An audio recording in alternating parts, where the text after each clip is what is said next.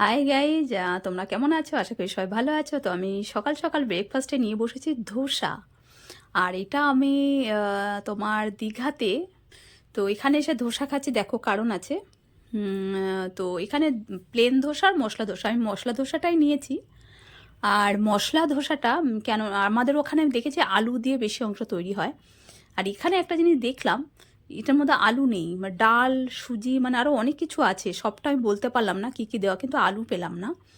কিন্তু এটাও আবার ভালো লাগলো, কারণ আমি আলু খেতে ভালোবাসি না বেশি একটা, যার জন্য আমার ভালো লেগেছে। আর ধোসার সাইজটা দেখতে পাচ্ছ অনেকটাই বড় দিয়েছে।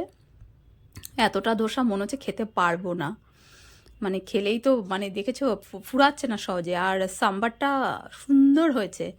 আর কোকোনাটের যে চাটনিটা, ওটা অতটা ভালো লাগেনি, এটা আমাদের কলকাতাতে বেশি সুন্দর করে, এখানে অতটা ভালো লাগেনি। সাম্বারটা ভালো হয়েছে। আর সাম্বারটা কিন্তু আমি প্রথমেই খেয়ে দেখলাম, কিন্তু খুব ভালো লেগেছে। চাটনিটা ভালো লাগেনি। আর আমার বড়মশাই বলছে যে খাবারটা কিন্তু ফেলবে না, নষ্ট করবে না। জানি ও পছন্দ করে না খাবার নষ্ট করা। তো যার জন্য যাই হোক। আর এটা তোমার ধোসাটা কেন নিলাম, সকাল সকাল তো তেলে ভাজাটা হয়তো মানে যেহেতু ঘুরতে এসছি, খেলে শরীরটা খারাপ করতে পারে, যার জন্য দেখলাম ধোসাতে তেলে থাকেই না, যার জন্য ধোসাটাই নিলাম। দেখবে ধোসা, ইডলি খুব ভালো লাগে। আমরা যখন ব্যাঙ্গালোর যেতাম, তো ওখানে গেলে পরে ধোসা আর ইডলি, ব্রেকফাস্টে ধোসা আর ইডলি খুব খেতাম।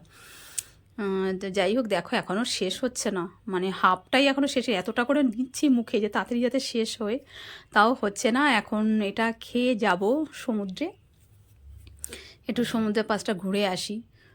অনেকবার গেছি, তবু যেন যতবার আসি, কেননা একটু জলের না গেলে যেন ভালো লাগে না।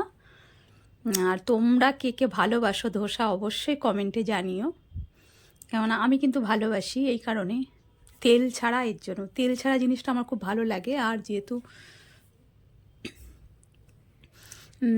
আর যেহেতু তোমার এটা মশলাটাও দেখো, ভেতরে মশলাটাও খুব ভালো, খুব ভালোই লাগছে। আর এখন প্রায় বাজে 10:30। তো আরেকটু সকাল সকাল হলে ভালো হতো, বেলা হয়ে গেল ঘুম থেকে উঠতে। ঘুরতে এসে এখানে আমরা ঘুমিয়েই আছি। সকালবেলা ভোরবেলা উঠেছি যাবো সমুদ্রের পাড়ে, সেটা যাওয়া হয়নি। তো দেখো ফুরাচ্ছে না, আমার বরমশাই বলছে তাড়াতাড়ি খাও, আমি বলছি দাঁড়াও, খেতে দাও, এত বড়টা ধোসা খেতেও তো টাইম লাগে। তো অবশ্যই তোমরা জানিও, কিন্তু জানাতে ভুলো না কে কে ভালোবাসো ধোসা।